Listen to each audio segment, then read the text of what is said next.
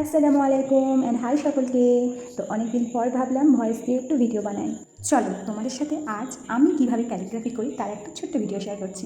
যেহেতু আজ আমি কাঁচের গ্লাসের উপরে পেন্টিংটা করব, তার জন্য যথারীতি একটা গোল কাঁচের দরকার।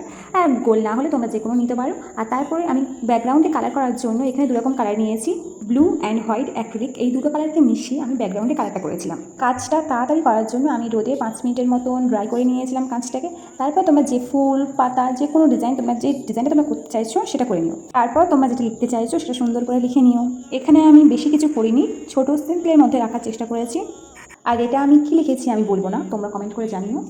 আর একটা কথা, এখানে আমি গ্লাস পেন্টিং কালার ইউজ না করে কেন আমি অ্যাক্রিলিক কালার ইউজ করলাম তার পিছনে একটাই কারণ, যাতে আমি এটা মুছে দ্বিতীয়বার ইউজ করতে পারি। আরে ওয়েট, কমপ্লিট লুকটা দেখে যাবে না? কেমন হয়েছে না হয়েছে আমাকে তো জানাতে হবে, তাই না? তো কেমন হয়েছে আমাকে অবশ্যই জানিও। আর ভালো লাগলে প্লিজ লাইক করো আর অনেক বেশি বেশি কমেন্ট করো। টাটা, আল্লাহ হাফিজ।